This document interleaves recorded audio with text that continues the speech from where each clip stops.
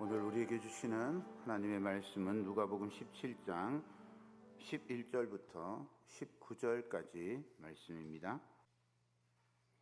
예수께서 예루살렘으로 가실 때에 사마리아와 갈릴리 사이로 지나가시다가 한 마을에 들어가시니 나병 환자 10명이 예수를 만나 멀리 서서 소리를 높여 이르되 예수 선생님이여 우리를 불쌍히 여기소서 하거늘 보시고 이르시되 가서 제사장들에게 너희 몸을 보이라 하셨더니 그들이 가다가 깨끗함을 받은지라. 그 중에 한 사람이 자기가 나은 것을 보고 큰 소리로 하나님께 영광을 돌리며 돌아와 예수의 발 아래에 엎드려 감사하니 그는 사마리아 사람이라. 예수께서 대답하여 이르시되 10사람이 다 깨끗함을 받지 아니하였느냐?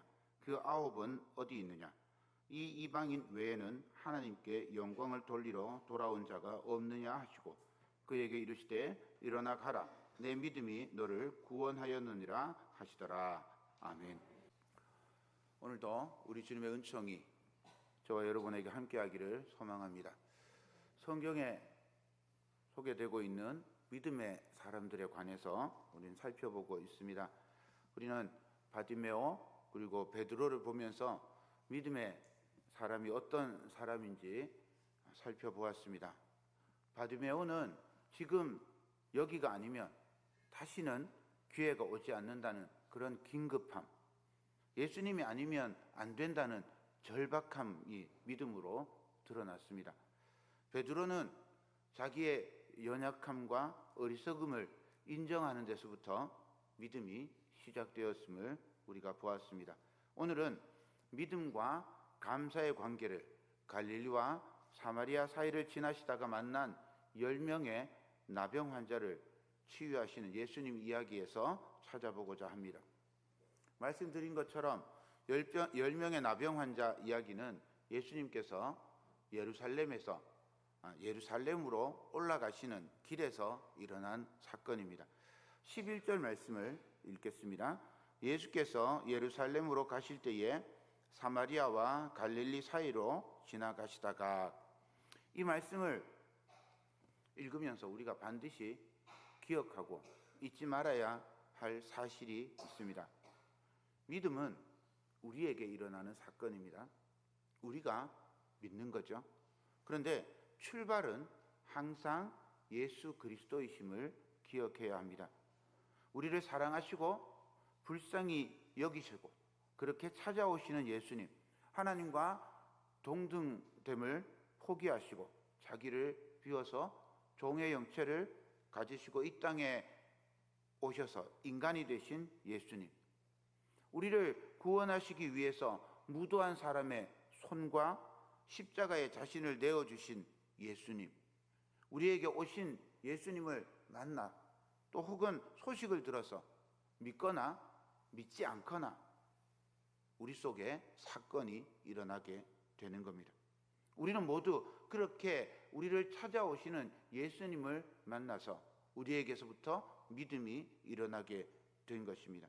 10명의 나병 환자에게 베푸신 치유의 은총, 그리고 돌아온 한 명의 믿음의 이야기를 하기 전에 이들을 만나기 위해서 오시는 예수님을 먼저 기억해야 합니다. 믿음은 우리에게서 시작하는 것이 아니라 예수님에게서부터 시작됩니다. 그런데 이 예수님께서 갈릴리와 사마리아 사이로 지나가셨답니다. 이 사이라고 하는 말, 다른 말로 하면 경계라고 하는 말, 이 말은 늘 사건이 일어나는 자리입니다. 화해와 평화의 사건이 일어나기도 하고 불화와 다툼의 사건이 일어나기도 합니다. 사이에는 빛과 어둠이 함께 있고 아름다움과 더러움이 공존합니다. 거룩함과 속됨이 섞여 있습니다. 그래서 사이는 위험합니다. 양쪽에서 비난받을 수 있는 자리이기 때문입니다. 혐오와 멸시로 서로를 바라보는 사이, 한쪽은 성전을 가지고 하나님을 가졌다고 생각하는 이들이고 다른 한쪽은 성전도 없고 하나님께 버림받았다고 생각하는 이들의 사이에 지금 예수님이 지나가십니다. 원래 갈릴리 사람들, 이 북쪽에 있는 이 갈릴리 사람들의 갈릴리 지역에 살고 있는 이 사람들이 예루살렘으로, 남쪽 예루살렘으로 가는 길은 정해져 있습니다.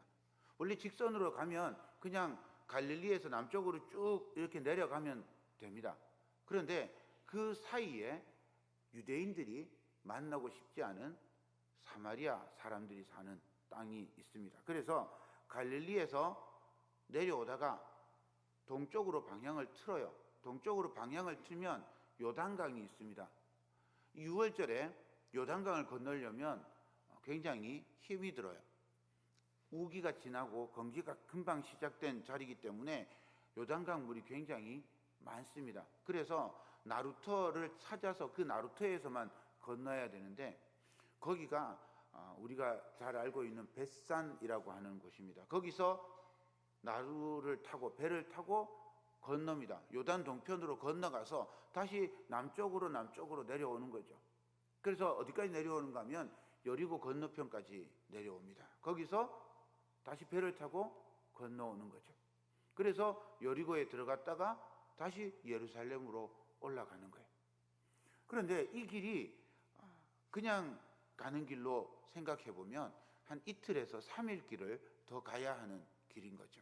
사마리아 땅으로 지나가면 3일을 빨리 갈 수 있는데, 이쪽으로 동쪽으로 돌아가면 3일을 더 가야 되는 먼 길입니다. 게다가 여리고에서 예루살렘으로 올라가는 이 길은 아주 험한 길이에요. 그냥 산을 1000m 올라간다 이 정도가 아니라 그 골짜기마다 들짐승들이 숨어 있고 야수들이 숨어 있어요. 그 맹수들만 있는 것이 아니라 거기에 더해서 도적들도 거기에 숨어 있습니다. 그래서 그 길을 올라가는 건 정말 위험한, 목숨을 건 그런 길입니다. 그 길을 올라가시는 거예요. 원래 갈릴리 사람들은 전부 그 길로 가는 겁니다. 부정해지지 않기 위해서. 그런데 예수님은 어디로 갔을까요? 예수님은 훨씬 더 남쪽으로 내려와서 갈릴리와 사마리아 경계 지역 그 사이로 지나가셨습니다. 사이에 오셔서 담을 무너뜨리시는 분이 예수님이십니다. 예수님께서 갈릴리와 사마리아 사이에 오셔서 어떤 경계를 무너뜨리고 믿음을 일으키셨는지 보겠습니다. 예수님이 이 사이길로 지나가시다가 갑자기 남쪽으로 방향을 틀었습니다. 아예 사마리아 땅으로 들어가셨어요. 그리고 어떤 마을로 들어가십니다. 12절입니다. 한 마을에 들어가시니 나병 환자 10명이 예수를 만나 멀리 서서 마을 입구에 10명의 나병 환자를 만났습니다. 나병 환자는 부정한 사람들입니다. 마을에서 살 수가 없습니다. 그런데 마을에서 완전히 떠나서 그렇게 살면 먹을 것을 구할 수가 없잖아요. 살 길이 막막한 겁니다. 그러니 맞아 죽더라도 마을에서 먹을 것을 구걸해서 먹어야 했습니다. 그래서 이 나병 환자들은 마을과 들판 사이에 있었습니다. 예수님은 사이에서 나와서 사이로 들어가신 겁니다. 경계를 넘으면 새로운 경계를 맞이하십니다. 예수님의 사역은 그렇게 경계를 넘으시고 장벽을 넘어서는 길임을 우리에게 가르쳐 주고 있습니다. 나병 환자들이 사이에 존재하는 사람들인 것처럼, 공동체 속에 속하지도 못하고 주변을 떠도는 경계에 선 존재들인 것처럼, 그렇게 예수님은 그 주변에 있는, 사이에 있는, 경계에 있는 사람들에게 찾아가십니다. 나병 환자들은 구걸하기 위해서 마을에 들어갈 때 그냥 우리처럼 그대로 들어가면 안 되었습니다. 이 사람들이 마을에 들어갈 때는 멀리서부터 입술을 가리고 소리를 쳐야 됐습니다. 불결하다, 불결하다. 부끄러움과 생존을 위한 본능이 뒤섞인, 반쯤은 울음 섞인 그런 아픔의 외침을 토해냅니다. 부정하다, 부정하다. 어떤 사람은 멀찍이 음식을 놓아주기도 할 것이고요. 마음이 나쁜 사람들은 돌을 들어서 그들을 치기도 했을 겁니다. 어떤 항변도 없이 서른 외침을 토하는, 어제는 이웃이었을 그 사람들과의 사이는 참 멀기만 합니다. 그 사이에 예수님이 오셨습니다. 그런데 참 신기하죠. 이 부정한 사람들의 귀에도 예수님의 소식이 들렸습니다. 부정한 동네에 사는 부정한 사람들의 귀에도 복음이 전해집니다. 하나님의 복음은 누구에게나 차별이 없습니다. 로마서 3장 21절과 22절입니다. 이제는 율법 외에 하나님의 한 의가 나타났으니 율법과 선지자들에게 증거를 받은 것이라. 곧 예수 그리스도를 믿음으로 말미암아 모든 믿는 자에게 미치는 하나님의 의니 차별이 없느니라. 모든 자에게 차별 없이 주어지는 이 복음의 기쁜 소식을 나병 환자들이 들었어요. 그렇지만 이 10명의 나병 환자는 예수님께 다가갈 수가 없었습니다. 예수님께서 병을 치유해 주실 것을 믿었지만 자기들은 죄인이기 때문에 혹시라도 예수님이 기분이 나빠져서 고쳐주지 않으실까 봐, 또는 예수님께 내 저주가, 내 병이 옮아가면 어떡할까 두려운 마음에 다가설 수가 없었습니다. 그리고 저 멀리 떨어져서 예수님을 향해서 간절함의 크기만큼 외칩니다. 얼마나 크게 외쳤을까요? 아마 목이 터져라고 외쳤을 겁니다. 혹시 예수님이 못 들으시면 어떡할까? 들리지 않으면 어떻게 할까? 가까이 다가갈 수 없는 사이에서 할 수 있는 가장 큰 목소리로 외쳤을 것입니다. 13절입니다. 소리를 높여 이르되 예수 선생님이여 우리를 불쌍히 여기소서 하거늘. 이들은 예수님이 자기 삶의 주인인 걸 알지는 못했습니다. 그저 이 부정이 자기에게서 벗겨지고 나병이 치유되는 것, 그것에만 관심이 있습니다. 어쩌면 우리가 처음 예수님을 만났던 때도 이와 같습니다. 예수님이 우리에게 오셨지만 제대로 알지 못합니다.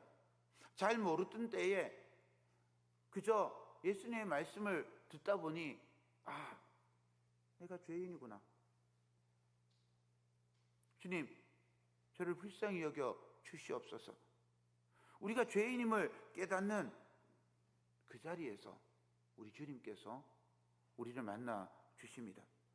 주님 앞에 죄를 고백하던 그 자리가 사실은 삶과 죽음의 사이였고 희망과 절망의 사이였으며 성공과 실패의 사이였습니다. 그 자리에서 우리는 예수님을 만났습니다. 갈릴리와 사마리아 사이, 마을과 들판 사이, 정결함과 부정함 사이에 예수님이 계시듯이 지금도 예수님은 사이에 서 계십니다. 그 예수님을 만나고 은혜를 경험할 수 있는 사람은 주님 저를 불쌍히 여겨 주시옵소서 소름 외침을 터뜨리는 사람, 믿음의 호소를 올려드리는 사람들입니다. 주님 아니면 길이 없습니다. 주님만이 유일한 방법입니다. 주님을 향해서 부르짖는 사람들입니다. 사랑하는 여러분, 저와 여러분의 입술에 주여 불쌍히 여기소서 이 간절한 외침이 있기를 소망합니다. 10명의 나병 환자가 부르짖는 소리에 주님께서 응답하십니다. 14절입니다. 보시고 이르시되 가서 제사장들에게 너희 몸을 보이라 하셨더니 그들이 가다가 깨끗함을 받은지라. 이 구절은 참 놀라운 사실을 보여줍니다. 예수님께서 나병 환자를 보시고 말씀하십니다. 가서 제사장들에게 너희 몸을 보이라. 나병 환자를 치유한 사건이 누가복음에 또 나옵니다. 5장입니다.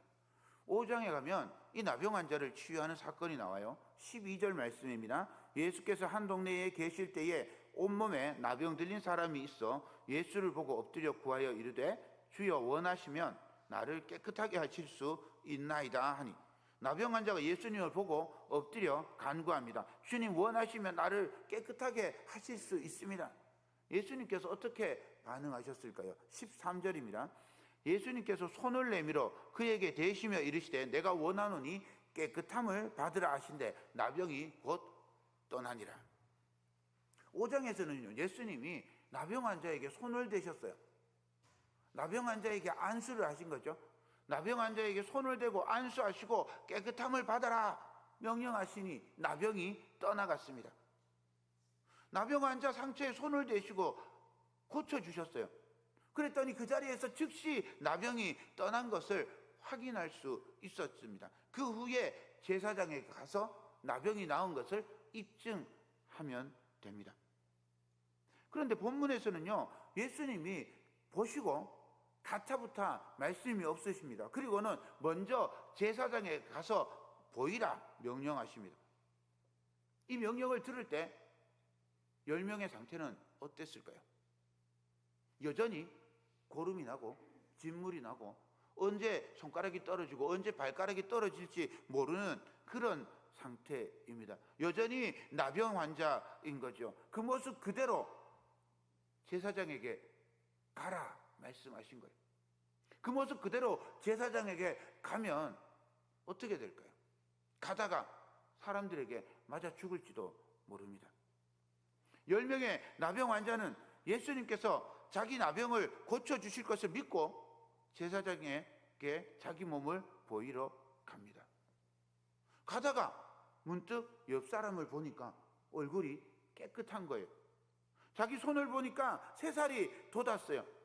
이들이 예수님의 말씀에 순종하면 나병이 나을 것이라고 믿고 제사장에게 간 것입니다. 바울도 로마서 10장 17절에서 이렇게 가르쳐 주었습니다. 믿음은 들음에서 나며 들음은 그리스도의 말씀으로 말미암느니라. 믿음의 귀로 들으니 예수님의 말씀의 능력이 나병 환자들에게 임하게 되었습니다. 믿음으로 순종하니 절망의 자리에서 희망의 자리로 나가게 되었습니다. 절망을 떨치고 소망을 품을 수 있는 사람은 예수님의 음성을 듣고 믿고 순종하는 사람입니다. 이런 믿음이 저와 여러분에게 있기를 소망합니다. 누가복음은 이 사건을 여기서 끝내지 않습니다. 14절과 15절입니다. 그 중에 한 사람이 자기가 나은 것을 보고 큰 소리로 예수께 영광을 돌리며 돌아와 예수의 발 아래에 엎드려 감사하니 그는 사마리아 사람이라. 자기 몸이 깨끗하게 됨을 알게 된 사람들은 모두 나병이라는 아픔을 함께하고 있었습니다.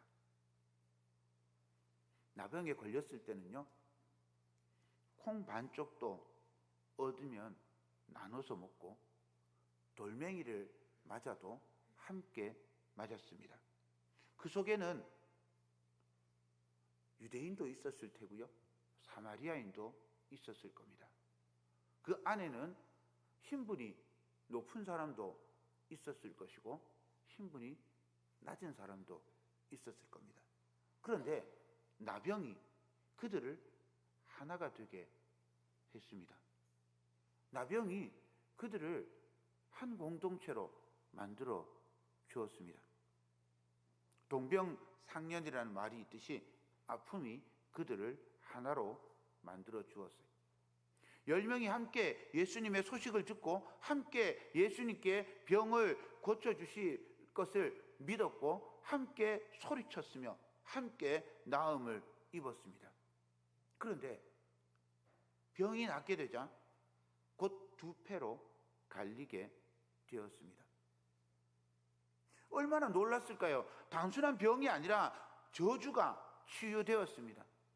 하나님이 저주에서 생긴 병이라고 믿었는데 이 병이 치유된 거예요. 하나님의 저주가 사라진 겁니다. 새로운 존재가 되었습니다. 빨리 예루살렘으로 달려가서 치유의 확인을 받고 이제 새로운 그 공동체 안에, 사회 안으로 들어가서 살고 싶었을 겁니다. 그런데 오직 한 사람만이 가던 길을 돌이켜서 예수님께 돌아와 발 아래 엎드려 감사했습니다. 누가는 이 사람이 사마리아 사람이라고 즉시 알려줍니다. 이 사마리아 사람은 누가 병을 고쳐 주었는지, 누가 저주를 없애 주었는지 정확히 알고 있습니다. 더 나아가서 누가 참으로 깨끗하게 해주실 분인지 알았습니다. 그래서 예수님께 돌아와 엎드려 감사했습니다. 큰 소리로 외쳐 불쌍히 여겨달라고 외치던 9명의 나병 환자는 간데없고 오직 한 사람만이 큰 소리로 하나님께 영광을 돌립니다. 말씀을 준비하면서 문득 이런 질문이 들었습니다. 간구할 때, 몸이 아파서 혹은 문제가 있어서 눈물 흘리면서 애절하게 목 놓아 부르짖을 때, 그때 내가 부르짖던 그 큰 소리, 그 간절함, 하나님께 영광을 돌릴 때는 정말 내가 그렇게 큰 소리로, 그렇게 간절하게 하나님께 영광을 올려드렸을까? 내 삶의 문제, 간구를 주님께 큰 소리로 부르짖었다면 하나님께 영광을 돌릴 때도 큰 소리로 영광을 돌리는 것이 맞을 텐데, 문제가 생겨서 부르짖을 때는 울며 불며 기도하는데 문제가 해결되고 나면 입 닦아버리고 혹은 그냥 조용히 하나님 감사해요 하고 그냥 넘어가 버리는 그런 일들이 제게도 많았던 것 같았습니다. 우리의 간구의 깊이만큼 우리의 찬양의 크기도, 우리의 찬양의 깊이도 깊어질 수 있었으면 좋겠습니다. 누가는 몸이 회복되는 것보다 더 중요한 게 구원인 것을 알았어요. 누가는 예수님께 돌아온 사마리아 사람을 통해서 참된 치유자이신 예수님께서 또한 참된 구원자이심을 알려주고 있습니다. 제사장에게 보이고라고 하는 말이 예수님께 보이고라는 말로 변화되었어요. 제사를 드려서 자기의 병 나은 것을 확증해야 되는 것을 예수님께 엎드려 감사하니라는 말로 바꾸었습니다. 유대교에서는 제사장이 병을 고칠 수 없습니다. 그런데 제사장이 병 나음을 선언해야 병이 낫게 됩니다. 하지만 나병 환자는 예수님이 병을 고치시는 분이심을 믿었고 나아가서 예수님께서 회복을 선언하실 참 대제사장이심을 믿었습니다. 오직 예수 그리스도만이 죄를 용서하시고 참된 구원을 주실 분이라는 것을 믿었던 거죠. 그리고 나병을 고쳐주시고 온전함을 주신 예수님께 참된 경배와 예배를 드렸습니다. 초대교회의 이 이야기는 엄청난 충격이었을 겁니다. 하나님께 영광을 돌리러 돌아온 사람이 예수님께 엎드려 감사했습니다. 하나님께만 예배해야 하는데 예수님께 예배하는 이 사람이 사마리아 사람입니다. 예수 그리스도를 예배하는 이 사마리아 사람을 통해서 초대교회 성도들을 향해서 묻고 있습니다. 17절과 18절입니다. 예수께서 대답하여 이르시되 10사람이 다 깨끗함을 받지 아니하였느냐? 그 9은 어디 있느냐? 이 이방인 외에는 하나님께 영광을 돌리러 돌아온 자가 없느냐 하시고, 참으로 예수님을 구주로 믿고 있는지, 참 하나님이시며 참 인간으로 이 땅에 오신 예수님을 경배하고 찬양하며 감사하고 예배하고 있는지, 습관처럼 제사장을 찾아가고 회당을 찾아가고 유대교에 한 다리를 걸치고 예수님께 한 다리를 걸치고 그렇게 살아가고 있는 건 아닌지 그렇게 묻고 있는 것입니다. 믿음의 사람은 참으로 예배하는 사람입니다. 예배는 경배와 감사입니다. 우리 예배는 예수 그리스도가 우리의 구원자이심을 온전히 믿고 경배하며 감사하는 예배인지, 우리 예배는 정말 예수님께만 찬양과 경배를, 감사를 올려드리고 있는지 살펴볼 수 있기를 바랍니다. 김현승 시인이 이렇게 노래했습니다. 감사는 마음, 그것은 곧 아는 마음이다.